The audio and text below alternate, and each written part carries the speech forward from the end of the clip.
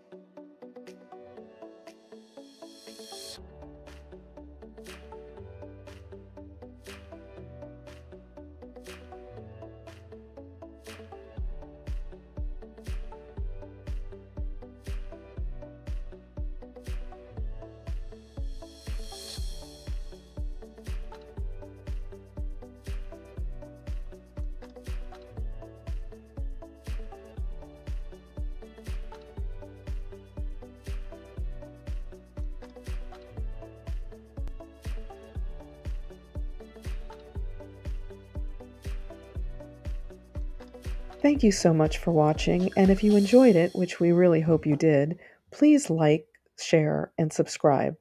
See you next time. Peace, love, and good eating.